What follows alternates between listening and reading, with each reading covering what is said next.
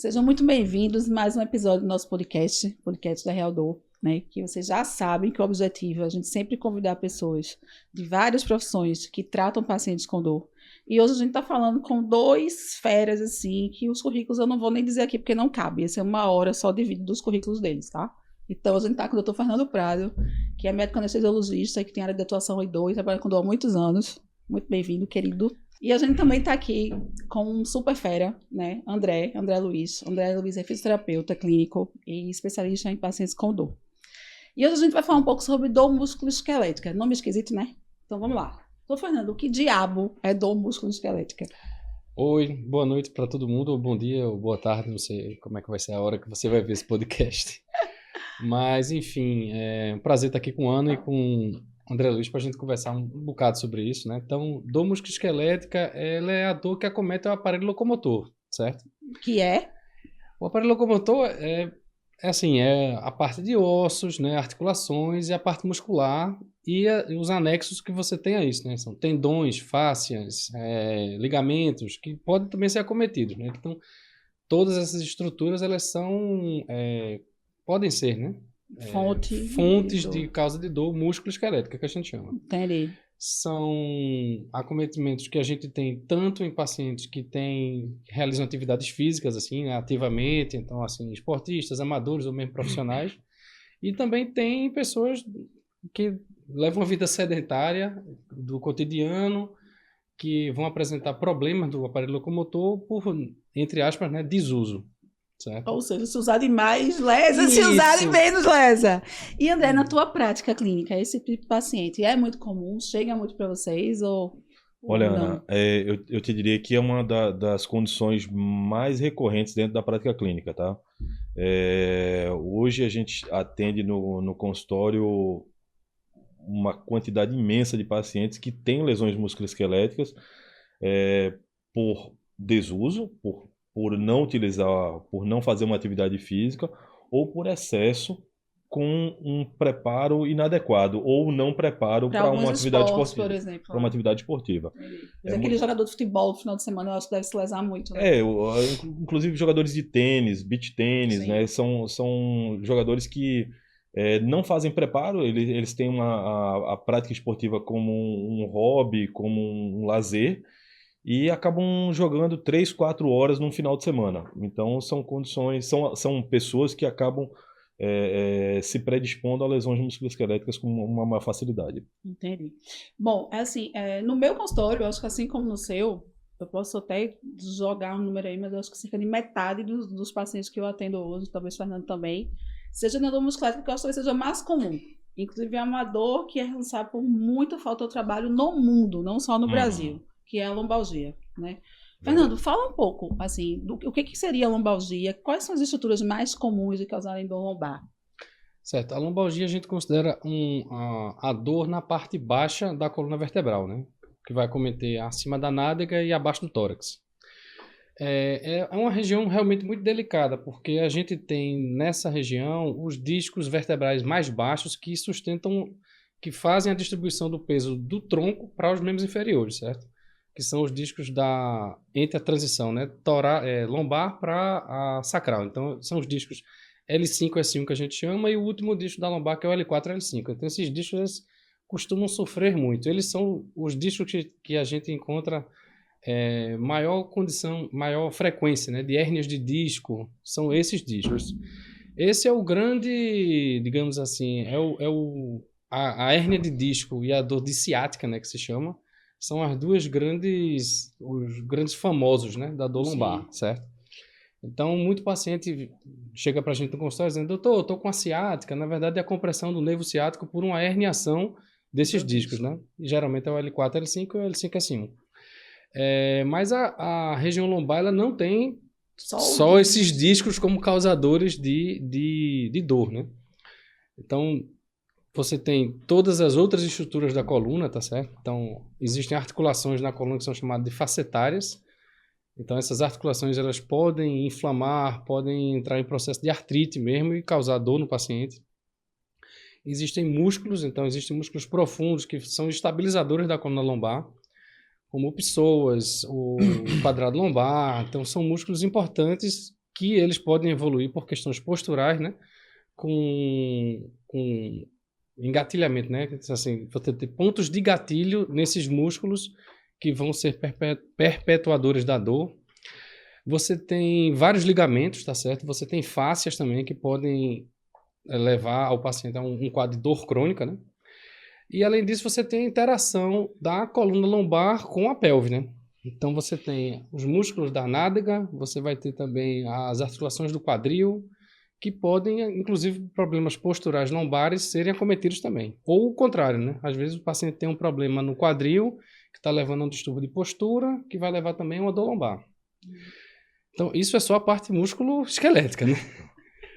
Mas já é muita coisa. Já é muita coisa, mas a lombalgia ela é uma coisa assim, muito ampla, tá entendendo? Porque, na verdade, você tem várias estruturas viscerais nessa região, né? Sim, que também podem causar problema, né? Então, a visão inicial do paciente com lombalgia, ela tem que ter em mente também esse tipo de coisas, né? Então, você pode ter alterações ginecológicas, certo? Você pode ter doenças em vasos grandes, né? Como a aorta, que é um vaso grande. Então, assim, existe uma lombalgia, uma dorsalgia, pode ser uma simulação de um aneurisma de aorta que está em processo de alargamento, né? Dores renais podem simular também, então... uma panaceia. Isso. E além disso, uma vez... Lógico, a gente está falando de menores proporções, né? A maior proporção, logicamente, dessas dores são realmente dores de origem lombar, músculo-esquelética, certo?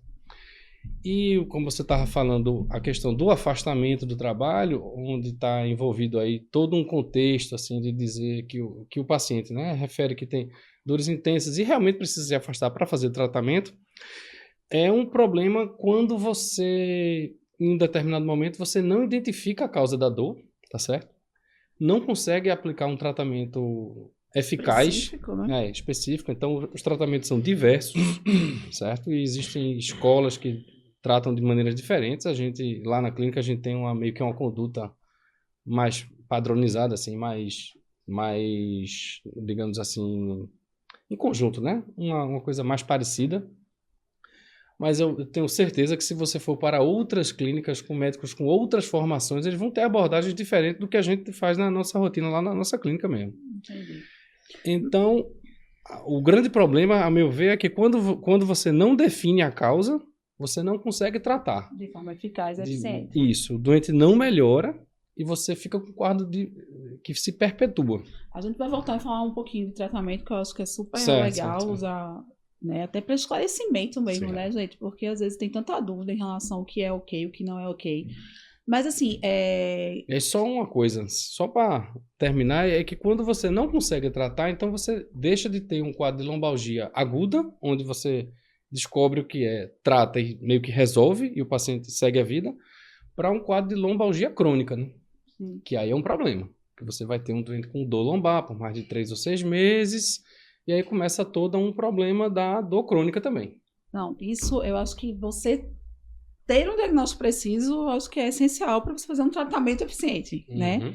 E aí, André, a gente falando dessa questão da lombalgia ligada ao músculo esquelético, e aí seria mais essas primeiras estruturas que o Fernando falou, eu sempre falo com os alunos assim, que é extremamente importante um exame físico muito bem feito. É claro que provavelmente em alguns momentos você vai precisar de uma imagem, mas talvez na maioria dos casos um exame físico muito bem feito já vai te dar mais ou menos uma noção. O que é que tu acha? Como é que tu trabalhas uma abordagem, por exemplo, de um paciente que te procurou pela primeira vez numa lombalgia aguda? Ele não passou por outro profissional de saúde, você é o primeiro cara que recebe. Então, é pouco comum o paciente chegar a mim de primeiro contato, tá? Geralmente ele acaba passando por um ortopedista, por especialistas em dor, especialistas em coluna, neurocirurgiões,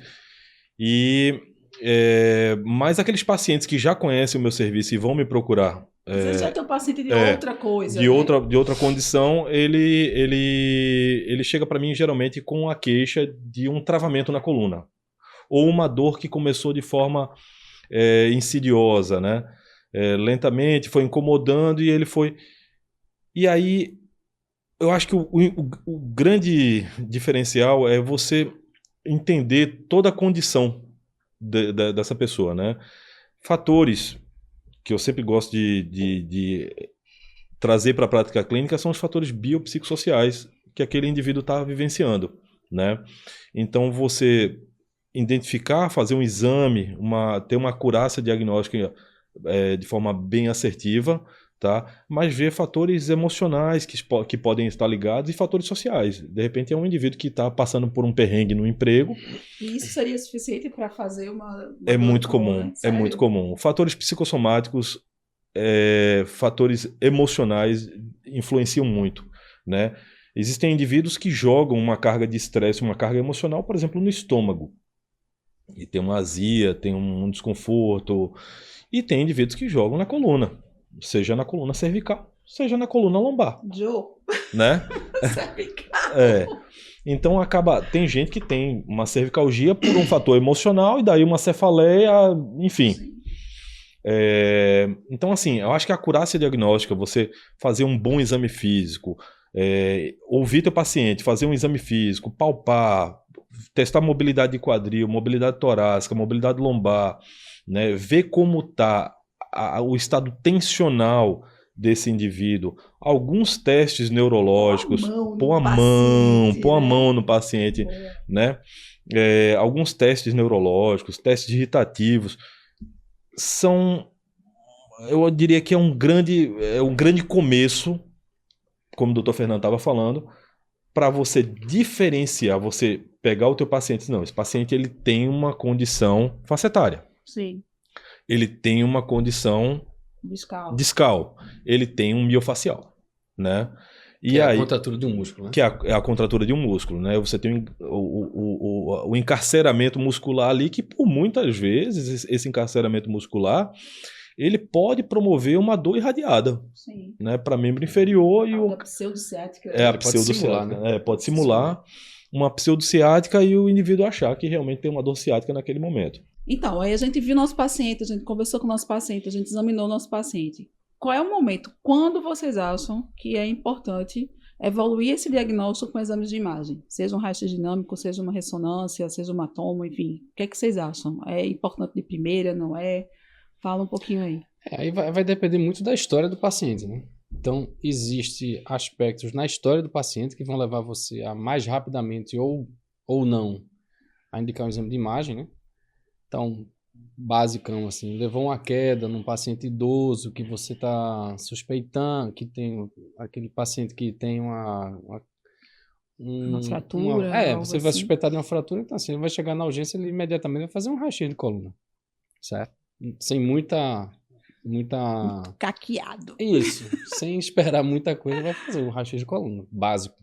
Se tiver alterado, vai evoluir para uma tomografia, vai evoluir para uma ressonância, enfim, para definir que tem melhorar a imagem da fratura, para pensar em algum tipo de tratamento específico. Né? Mas aquele paciente assim, jovem, tipo assim, tipo eu, tipo você. Isso. Que chegou lá, primeira, segunda crise. Não, tudo bem, mas vamos lá. Se você tem algum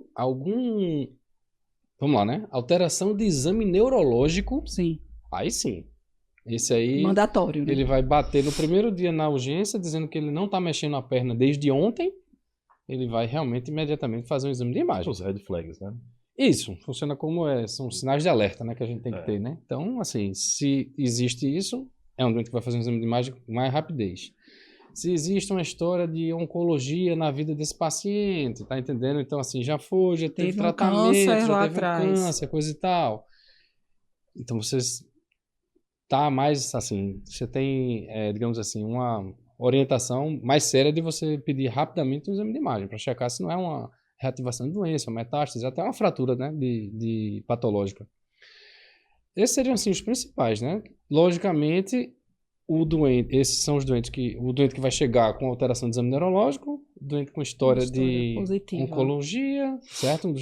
Um idoso que chega com uma história de queda, esses vão rapidamente para um exame de imagem. Fora isso, a gente costuma não fazer exame de imagem em paciente, digamos assim, os jovens de 40, 50, 30 anos, a gente costuma não fazer o exame de imagem, porque o exame de imagem, ele muito frequentemente vem alterado. Era isso que eu queria conversar com vocês. Então, quando você tem um doente, uma pessoa que está com a lombalgia, e muito inicial, tá certo? Não tô falando da lombalgia muito inicial. Existe um outro critério de tempo, né? Critério temporal. Se você tem uma lombalgia persistente, 3 meses, 6 meses de lombalgia, faz um tratamento, faz outro, bem. Em algum momento vai fazer um exame de imagem para bater o martelo que, digamos assim, não tem nada ali, certo? Mas se você rapidamente começar a indicar exame de imagem, você vai começar a achar coisa, Sim. certo?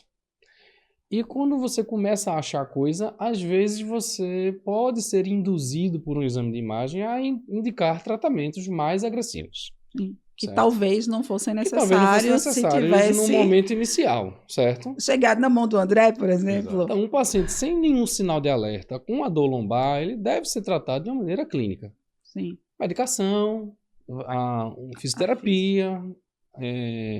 Outra coisa também é acertar, dizer para o paciente que ele fique tranquilo, aquilo é uma crise passageira, aquilo vai melhorar, tá entendendo? Ser mais assertivo, informar o paciente, né? Sim. Às vezes mudar hábitos que o paciente, assim, já identificar nessa consulta que você precisa mudar hábitos de vida do paciente. Então, aí entra, né, diversas coisas. O sedentarismo é um problema. O exercício físico feito de maneira errada é um problema, certo? Então, são aspectos que a gente tem que abordar nessa consulta. Sim. E ser mais, assim, digamos assim, menos... segurar mais, né? Ser mais conservador nos casos mais tranquilos, que é a imensa maioria. Sim. Para a gente ter noção, um paciente que chega com dor lombar em qualquer lugar, hospital, consultório, 1% desses pacientes vão com a cirurgia de coluna. 1%. Então a gente está falando assim, um ortopedista normal, tranquilo, que esteja lá no seu consultório, ele vai atender 100 pessoas novas, 100 novos pacientes para indicar uma cirurgia. Sim. Isso leva 2 semanas, leva 1 mês às vezes para ele fechar o ciclo. Tá entendendo? Não sei se vocês concordam, que talvez esse número até comece a diminuir mais ainda, à medida que as técnicas de reabilitação começam a ser mais eficientes. Então, assim, André, uma queixa que eu tenho no consultório... Só dando um gancho, Ana, para o que o Dr. Fernando estava falando, é o seguinte, que o grande problema Claro, o exame de imagem, ele complementa a ideia clínica, é um exame complementar, né? Ele complementa a ideia clínica. Perfeito. Né? Que foi o motivo da solicitação daquele determinado exame. O grande problema é que o exame de imagem é entregue para o paciente. Sim. E esse paciente, por sua vez, ele busca... Vai lá no Dr. Google.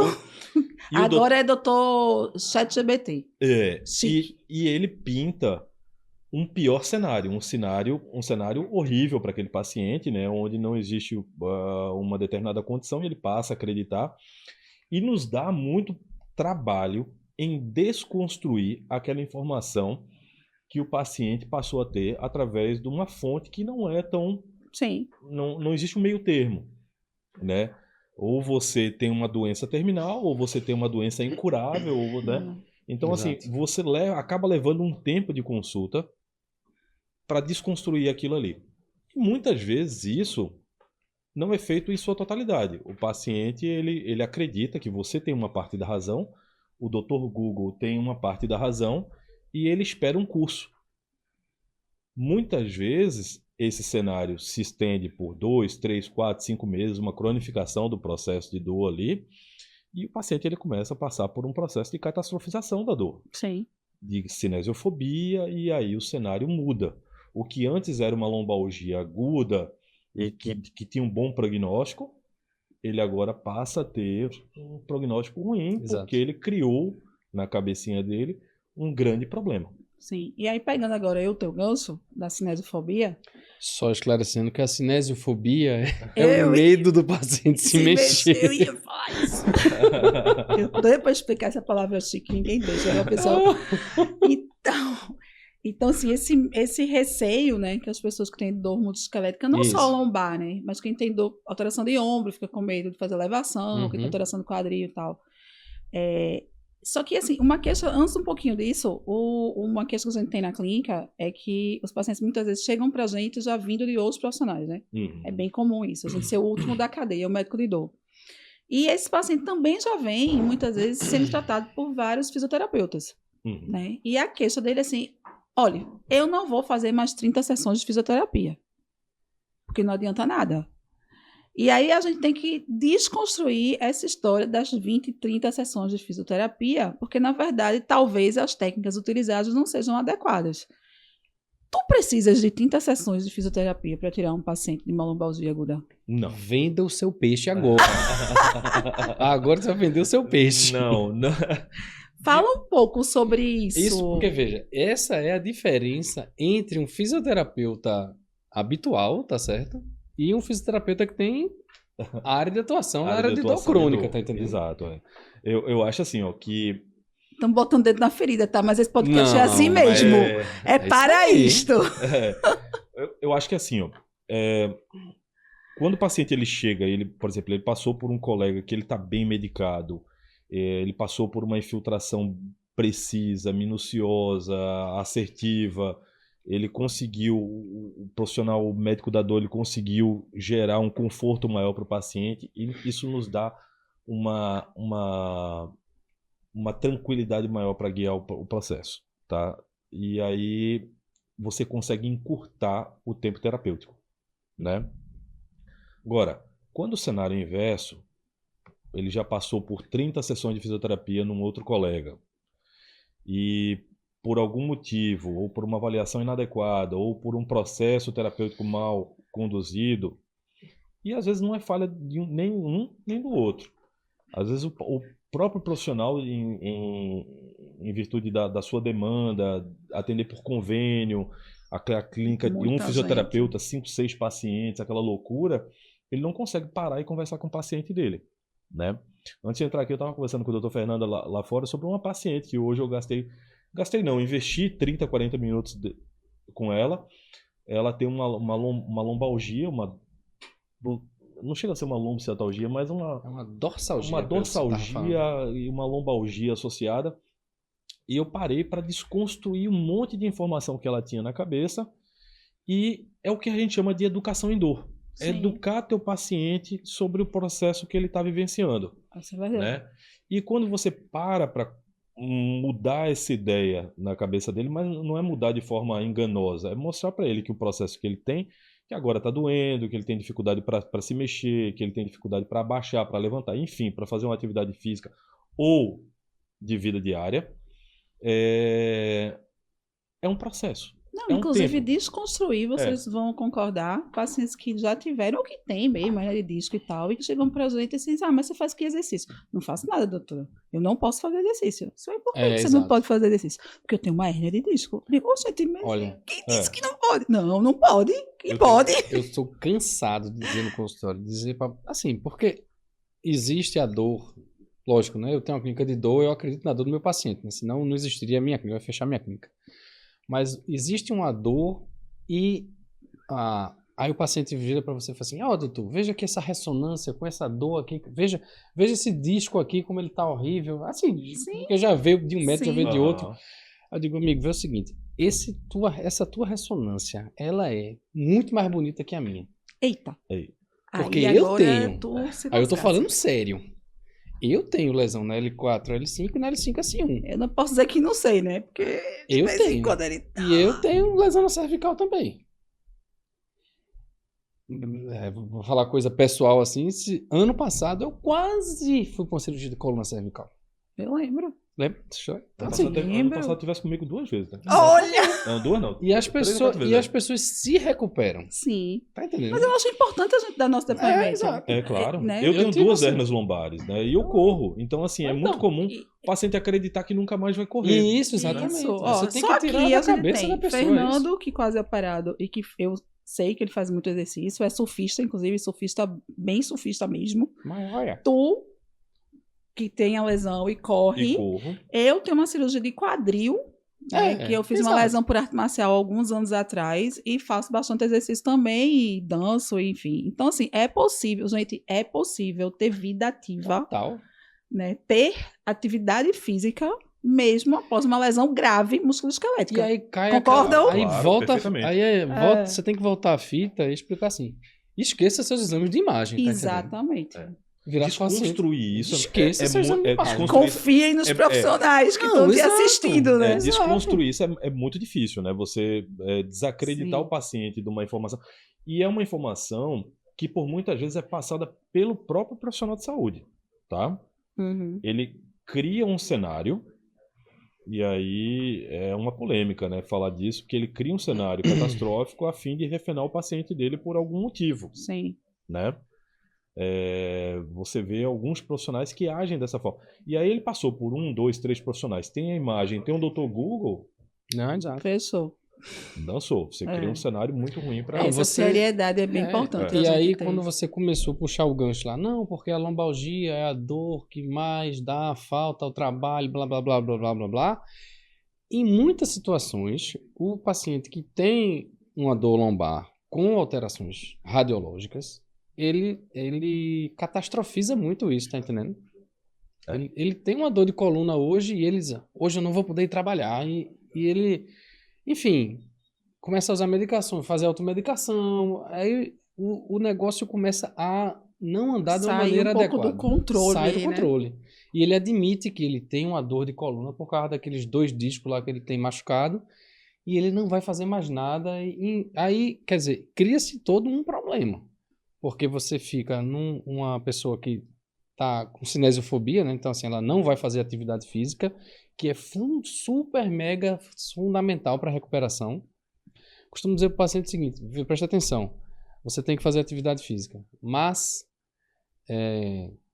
a ideia aqui da nossa clínica, coisa e tal, é tirar a dor, reabilitar e você voltar para fazer atividade física. Tirar a dor de todo jeito, tá? Então, assim, a gente faz remédio, a gente faz infiltração, a gente chama bloqueio também. Mas é para tirar a dor para você voltar para a reabilitação. O que é reabilitação? O teu tratamento. É atividade física, primeira fisioterapia, coisa e tal. Quando ficar ok, vai para atividade física. E para sempre, né? Isso. E essa prescrição é mais ou menos uns 60, 80 anos para frente. Mas isso é uma coisa, mas assim, chego a dizer o seguinte, preste atenção, se você for para uma cirurgia de coluna, a conversa do cirurgião de coluna é a mesma. Ele está ali, ele vai tirar vai corrigir as estruturas que precisam ser corrigidas, tá certo? Vai estabilizar sua coluna, vai melhorar a dor, ou vai tirar uma hernia de disco que você tem, ou vai estabilizar a coluna, enfim. A técnica cirúrgica é da escolha do cirurgião, certo? Mas ele vai fazer isso e ele vai soltar o mesmo trololó em você. Depois disso aqui, atividade física, fisioterapia, para você reabilitar. Então, não adianta não fazer para depois terminar num procedimento maior. É melhor já ir fazendo. Concordo. Se preparar, tá entendendo? Ou evitar, né? Sem dúvida. Ou evitar. E é bom. Então, assim, tirando esse paciente que a gente concorda que a grande maioria talvez passe pornosco, passe por você e saia muito bem de uma crise, existem realmente os pacientes que não evoluem bem. Né? Então, tem os pacientes, por exemplo, de hérnia de disco, ou os pacientes mais idosos de dor facetária, que muitas vezes não conseguem fazer o exercício por conta de dor mesmo. Certo. E aí eu queria que tu falasse um pouquinho, o que é que a gente hoje, dentro da medicina moderna, tem, não só tratamento conservador, que a gente já falou, de medicação, de físio e tal, mas de tratamentos intervencionistas. O que é que hoje você pode oferecer para o seu paciente que chega lá e diz, não estou bem. Certo, então vamos lá. A gente só vai indicar algum tratamento intervencionista que a gente chama, né, são tratamentos percutâneos, tá certo? Feitos por agulha. A gente só vai indicar para o paciente onde a gente teve falha no tratamento medicamentoso, falha na fisioterapia, tá certo? Ou não está conseguindo reabilitar de jeito nenhum. Então, aí vamos lá. O que é falha do tratamento medicamentoso? Às vezes o paciente não tolera o uso das medicações. Faz muito efeitos colaterais. Muito efeito colateral. Então, não, doutor, eu fico até sem dor, mas eu não durmo. Ao contrário, eu fico dormindo o tempo inteiro. Certo? Esses remédios me tiram a dor, mas eu fico sedado, eu não consigo trabalhar. Eu não consigo dirigir. Eu estou estudando para um concurso, eu preciso estar alerta. Outro dia eu fiz um procedimento num paciente que ele era policial. Pô. Então, assim, um paciente que é policial. Estou falando aqui assim, logicamente, a gente está falando de uma dor lombar incapacitante, num paciente que tem exame físico alterado, realmente tem radiologia alterada. Então, a gente não está falando de dipirona e Tylenol, certo? Está falando de medicações realmente mais potentes. E medicações que você diz ao paciente, veja o seguinte, você vai tomar esse remédio e se funcionar, se você ficar sem dor, você vai ficar tomando esse remédio uns 6 meses enquanto vai fazer a reabilitação. Certo? Então, assim, o que é falha... Aí, voltando à fita, né? O que é falha do tratamento medicamentoso? Às vezes, o paciente consegue analgesia, mas não tolera usar o remédio. Ou consegue analgesia e diz assim, 6 meses tomando isso? Não aguento. Certo? Isso é a falha do tratamento medicamentoso. E a outra falha do tratamento medicamentoso é o doente que totalmente bem medicado, sem muito efeito colateral, ele realmente não melhora. Continua com dor. Continua com dor. Então, para esses pacientes, tá certo? Existem uma série de procedimentos que podem ser realizados mesmo, certo? Então, o que popularmente o pessoal conhece como infusão ou infiltração e bloqueio, tá certo? São as técnicas minimamente invasivas que a gente usa para jogar medicações em pontos-alvo, tá certo? Então, o exame físico e o exame radiológico vão me dar a ideia de que são essas determinadas estruturas que estão causando dor nesse paciente. Então, o que é que a gente vai fazer nisso? Vai jogar medicações analgésicas dentro ou perto dessas estruturas. Então, a gente faz isso geralmente em centro cirúrgico com máquina de raio-x de alta definição, tá certo? A gente trabalha em hospitais onde a gente realmente tem equipamento de imagem de muita qualidade para a gente ter precisão nos procedimentos, certo? E quando a gente chega perto dessas estruturas, que são discos, existem facetas que a gente pode bloquear, existem nervos que você vai poder bloquear, o nervo ciático, propriamente dito. Tudo isso pode ser feito, tá certo? De uma maneira segura para o paciente. Geralmente são um procedimento que a gente considera ambulatorial, então apesar de ir para o hospital, o paciente vai se recuperar no mesmo dia e vai voltar para sua casa.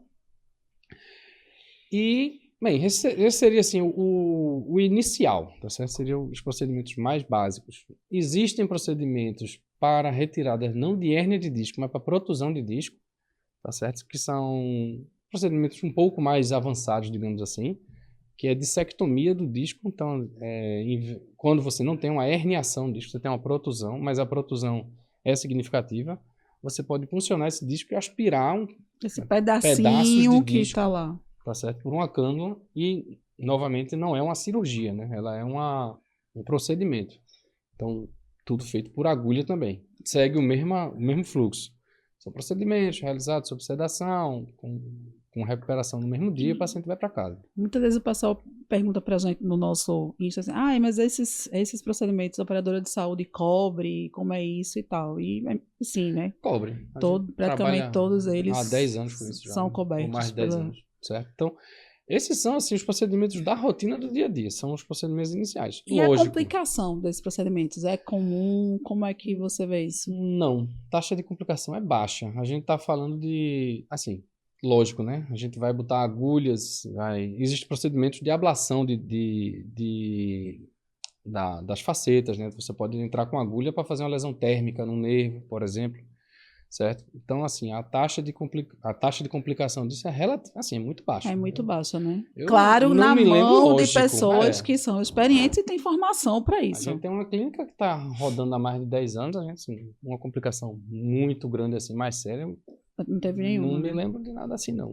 E aí, uma vez que você fez esse procedimento, quanto tempo leva para esse paciente chegar no André? Pronto, aí começa, né? Então, a gente estava naquela situação de medicação que não funcionou por algum motivo, fisioterapia que não estava decolando, um paciente geralmente com medo de se mexer, né? Com cinesiofobia. Uma vez que a gente faz o bloqueio tem um resultado bom, a gente vê realmente as pessoas voltarem a andar, coisa desse tipo, assim, que estava com muita dor numa perna, a dor da perna, da ciática melhora, enfim. O paciente, digamos, volta a ser gente, entre aspas, certo? Melhora muito. E André, esse teu paciente... Aí é nessa hora que aí entra André. E esse paciente, André, que fez um bloqueio, que melhorou da dor, é comum tu conseguir dar alta? Assim, eu costumo dizer que é um paciente que ele chega mais redondinho, né? Ele passou por um processo, ele já vivenciou um processo de dor intensa, incapacitante, e ele passou por medicação, infiltração, e aí ele chega, e aí você, mais uma vez, faz todo aquele trabalho de educação em dor com o paciente, E aí você começa, de acordo com cada caso, se ainda existe um miofacial associado ali à dor, porque Exato. geralmente tem, né? Você começa a fazer um trabalho com ele e é um paciente que você consegue dar alta com facilidade. É um paciente que não demora na clínica. Mas é importante que ele se dedique também, né? Claro, é claro que respeitando a individualidade de cada paciente. Às vezes o paciente é mais idoso, ele tem mais dificuldade. O tempo que ele passou com dor crônica gerou uma hipotrofia muscular e aí a gente precisa restabelecer esse padrão trófico muscular ali, ou seja, ganhar massa muscular, devolver mobilidade que foi perdida por conta do processo de dor, que são condicionantes importantes, né?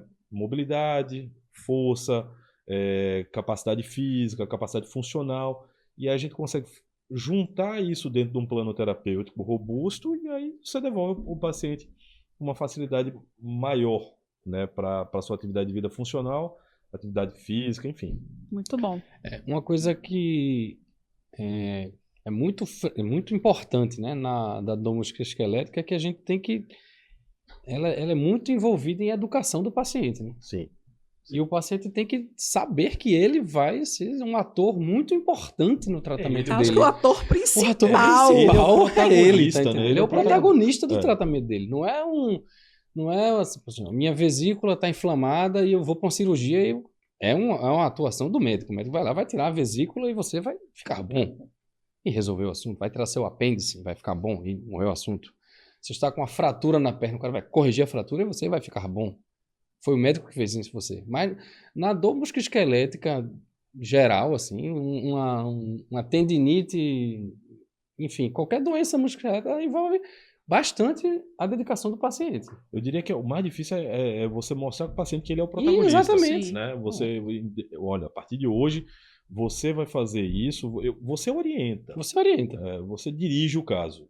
Mas o ator é ele. Que na maioria das vezes as pessoas querem soluções mágicas. Né? Totalmente. Uma pílula mágica. A gente já falou sobre isso no outro podcast. Mas muito bem. Então, assim, lombalgia, eu acho que a gente conversou um monte, né? Mas dor musculoesquelética não é só lombalgia. Então, que outras áreas, Fernando, você como intervencionista de dor, pode mudar para melhor a vida de um paciente com lesão musculoesquelética, por exemplo, articular? Certo. Aí é o seguinte, quando a gente começou a nossa vida aí, né, na área da dor, a formação básica, a inicial que a gente tinha era de tratamento de dor de coluna, certo? Então a gente atuava em duas áreas, que era dor de coluna, cefaleias, a gente tratava também de cefaleias, e tratava de dor oncológica. Eram três coisas que... Cefaleia, dor de cabeça, dor oncológica, dor do câncer. Dor do câncer, perfeito. E dor de coluna, certo? Então, da coluna cervical, dorsal, lombar, enfim, essas coisas. Mas depois de uns 5 anos de clínica, a gente começou a estudar mais o resto do esqueleto, né? Tá certo? Então, dor no quadril, dor no joelho, dores no pé, enfim... Doenças degenerativas, às vezes, né, no paciente mais idoso, ou doenças relacionadas ao esporte, das diversas articulações, certo? Então, hoje em dia, a gente tem uma gama de possibilidade de tratamento minimamente invasivo, né? Sim. A gente está falando... Aí, a história é a mesma, né? Medicação, fisioterapia, diagnóstico preciso. Primeiro, né? Diagnóstico preciso. Medicação, fisioterapia, reabilitação, nada disso funcionou. Existem uma série de procedimentos que realmente a gente consegue fazer, que como não são procedimentos, são mais superficiais do que a gente mexer na coluna do paciente, então são realmente procedimentos onde a gente faz guiado por ultrassom. Regenerativo, né? Isso é uma outra área que está chegando aí, mas a regenerativa ela tem muitas facetas, certo? Então, o tratamento de onda de choque é regenerativo. Infiltração com ácido hialurônico. O ácido hialurônico é uma droga regenerativa também. O tratamento da síndrome metabólica do paciente, ele é regenerativo. Sim. Certo? Então, assim, a regenerativa é um conhecimento onde tem que se entender que, 2 pontos, a artrose do joelho daquele paciente, ele não tem um substrato, geralmente, né, não tem um substrato simplesmente anatômico. Sim. Ele é um resultado de um distúrbio metabólico. Sim. Tá certo? Então, a artrose ela não vai se apresentar no joelho direito do paciente. ela vai estar no joelho direito, no joelho esquerdo, no tornozelo, na coluna, vai estar em todos os lugares. É uma doença sistêmica. E nesse caso, especificamente, a gente tem que lembrar que a grande epidemia mundial de obesidade é uma das grandes causas de artrose e outras doenças musculoesqueléticas. Ok, mas ela volta na questão metabólica, Sim. né? A doença metabólica. Não se tinha muito essa noção há 10 anos. Não. É uma coisa mais recente. E você cansava de ter paciente no seu consultório que chegava lá, uma dor de joelho, aí você medicava, não melhora, vou fazer um procedimento. Aí fazer o procedimento, bem, não melhora muito, às vezes. Porque o paciente não se trata de nada. E é novamente aquela história, né? Ele quer a pílula mágica. Doutor, me dê um remédio, me dê uma injeção e que eu vou ficar... Meu amigo, você come feito como se fosse a última refeição. Come tudo errado, tá entendendo? Então, aí é uma conversa, outra conversa, mas é uma conversa longa, tá entendendo? E às vezes eu no consultório, eu não entro muito assim não vou tratar, mas eu vou assustar. Sim. Então, como é que eu assusto o paciente? Às vezes você pega um paciente que tem esteatose do fígado. Só, bicho, você tem que emagrecer, não é por causa do teu joelho, não. Esteatose hepática é uma causa de câncer de fígado. Sim, e é verdade. E é verdade. Diabetes é uma causa de uma série de lesões graves. Então você tenta, às vezes, alertar o paciente. Assim, eu trato, você vai tratar aqui comigo, a gente, lá na clínica da gente, a gente tem uma máquina de bioimpedância, que foi uma das aquisições mais fantásticas. Porque você pega o paciente e diz assim, vai ali fazer uma bioimpedância. Que é uma máquina que ela pega o peso do paciente, tá certo? Ela vai pesar o paciente vai dizer a altura, a idade, vai ser logado isso no sistema e ele vai, através da técnica lá da bioimpedância, que se for me perguntar, é uma corrente elétrica que passa no paciente, ele vai estimar a resistência do paciente, mas ele vai estimar a quantidade de gordura de massa magra do paciente. E que aí você começa, né? Veja, o senhor tem muito pouco músculo. Ou o senhor tem um excesso de gordura muito grande no corpo. Então, a conversa fica muito longa. Sim. Na regenerativa. Que eu acho boa. A gente trabalha com isso também, tá certo? É uma das coisas que a gente faz. Quando a gente indica uma infiltração com ácido hialurônico, a gente está fazendo medicina regenerativa. Quando a gente está indicando fazer onda de choque para o paciente, é medicina regenerativa. Quando você manda o paciente ajustar a parte endocrinológica dele, tá certo? A insulina alta, marcadores inflamatórios altos, é regenerativo. Foi muito bom esse seu esclarecimento, porque, puxando o braço para minha sardinha, né? Porque hoje a impressão que eu tenho é que quando se fala medicina regenerativa, tanto as pessoas leigas como a mídia se pensa em célula-tronco. Uhum. Se pensa em PRP, se pensa em BMA, que são evoluções da medicina regenerativa que você falou, que é a medicina regenerativa que todos nós deveríamos fazer, na verdade. É regenerativa porque, na verdade, se fosse do zero, ela teria sido preventiva, né? Exatamente. Mas aí você deixou o negócio andar, você vai ter que voltar para regenerar.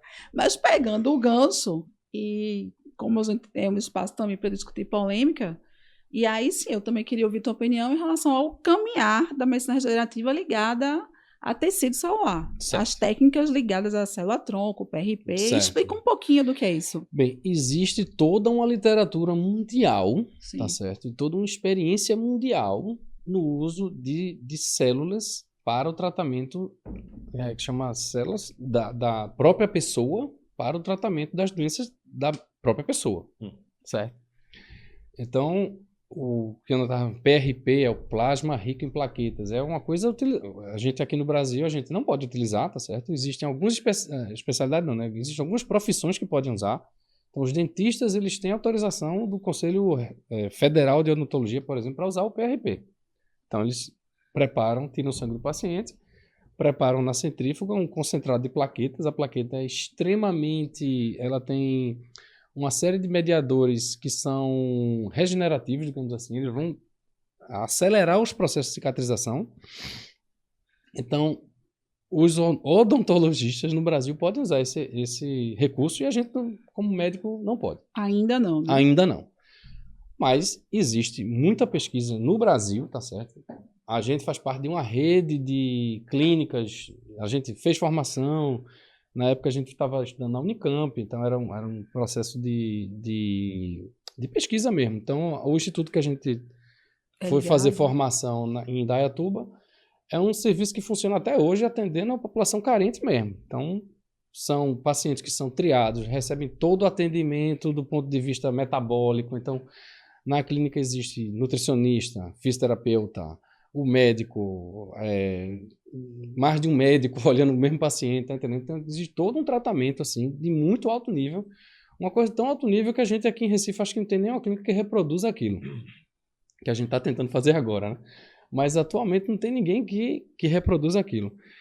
E é voltado para pesquisa mesmo, certo? Então, e a gente foi fazer treinamento lá e realmente tem resultado.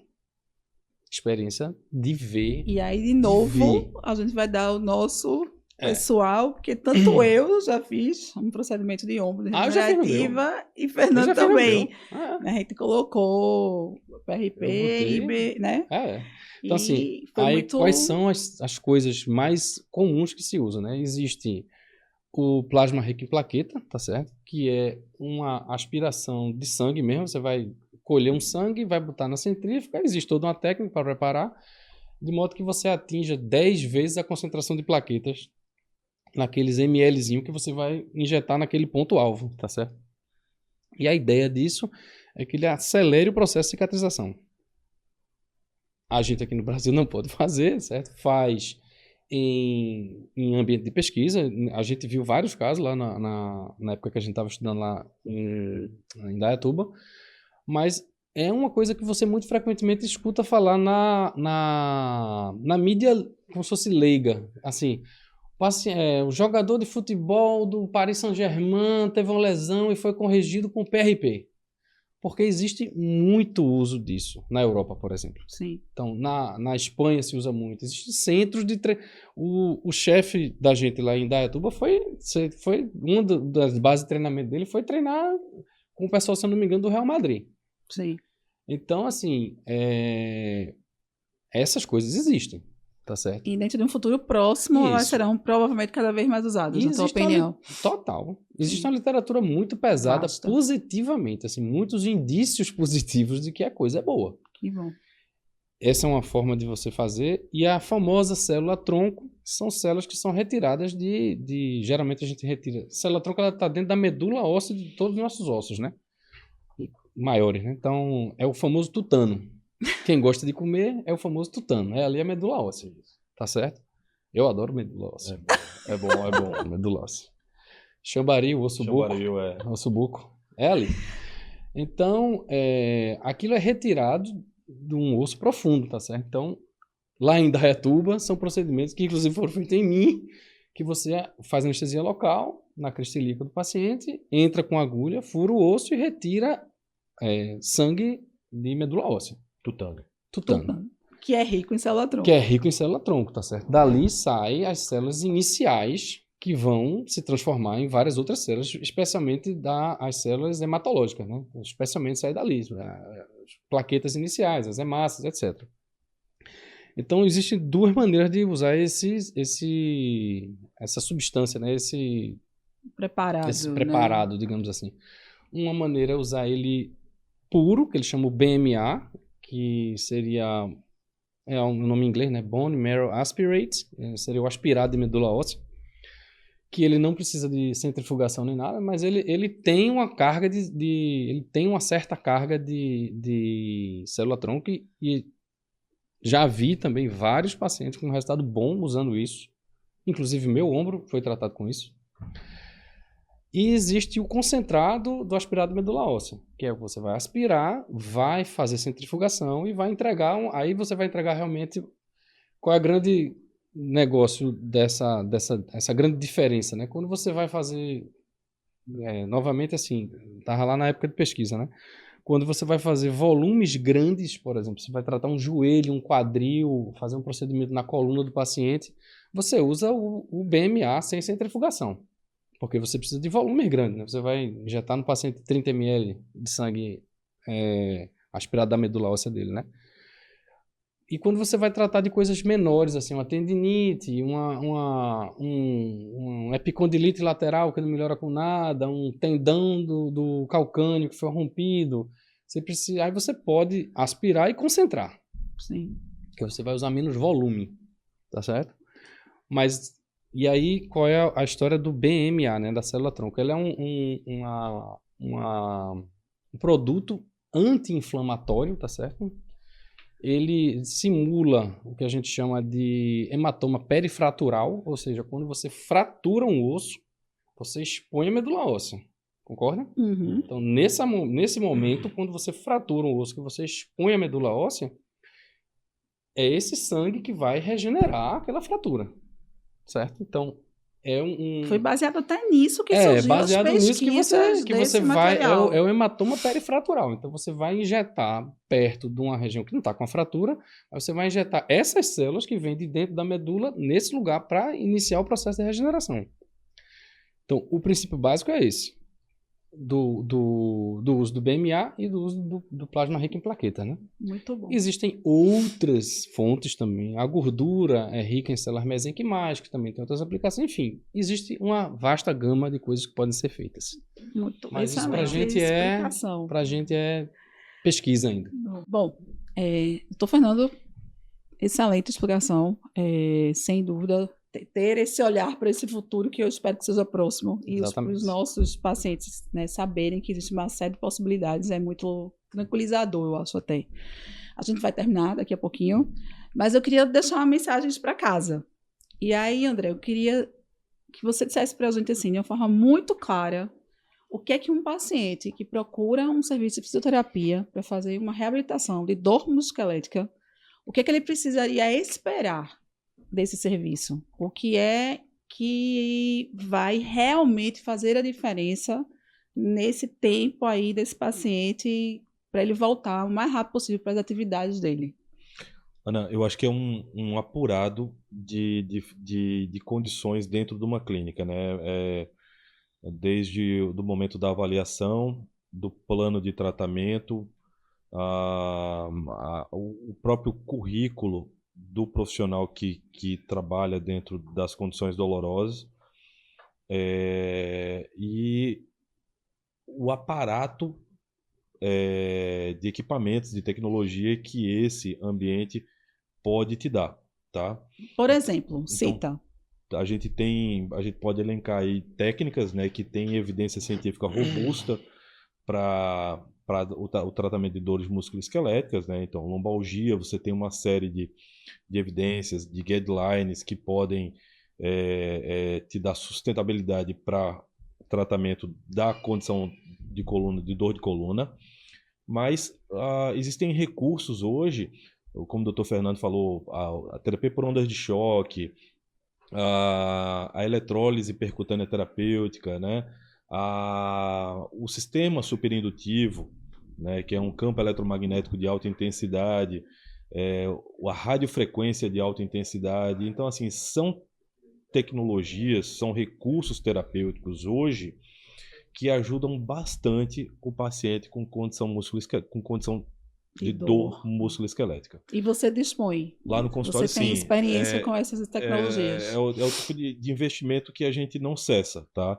A gente costuma estar sempre linkado em uma nova possibilidade terapêutica, claro que se essa nos dá um bom resultado clínico, né? Então, o investimento é sempre que possível, sempre que surge alguma coisa que realmente dê para se fazer e traga resultado para o paciente, a gente não mede esforço. Então ele deveria questionar sobre essas coisas, acredito, né? O paciente ele deve pesar isso aí, né? Ele deve pesar que a terapêutica é uma terapêutica boa, vai trazer um bom resultado, ele está sendo bem tratado, ele está vendo uma resposta a curto prazo. Isso é que é importante, né? Então, se ele consegue juntar isso dentro de um ambiente só, eu acredito que é uma coisa que ele deve sempre ter em mente. Excelente. Doutor Fernando, para o pessoal levar para casa, vamos lá. Ter dor musculoesquelética é sinal de sofrimento eterno para o resto da vida? Não, de jeito nenhum. A dor musculoesquelética, só lembrar para o paciente duas coisas. provavelmente você foi o protagonista da sua lesão, tá certo? E provavelmente você que vai ter que protagonizar a sua cura. Tá Excelente. certo? Então, é isso aí. A gente está ajudando, então a gente tem milhares de coisas para orientar, até para fazer no paciente, tá certo? Mas nada vai funcionar se o paciente não puxar para si a responsabilidade, né? Existe. Adorei essa. Ó, essa é mais uma frase para nossas camisetas. Você é o protagonista da sua cura. Exato. Meninos. Da sua doença e da sua cura. Da sua cura. Meninos, muitíssimo obrigada. Eu que agradeço. Gente, a gente encerra mais um episódio do nosso podcast. Espero que vocês tenham gostado e tenham se divertido tanto quanto eu.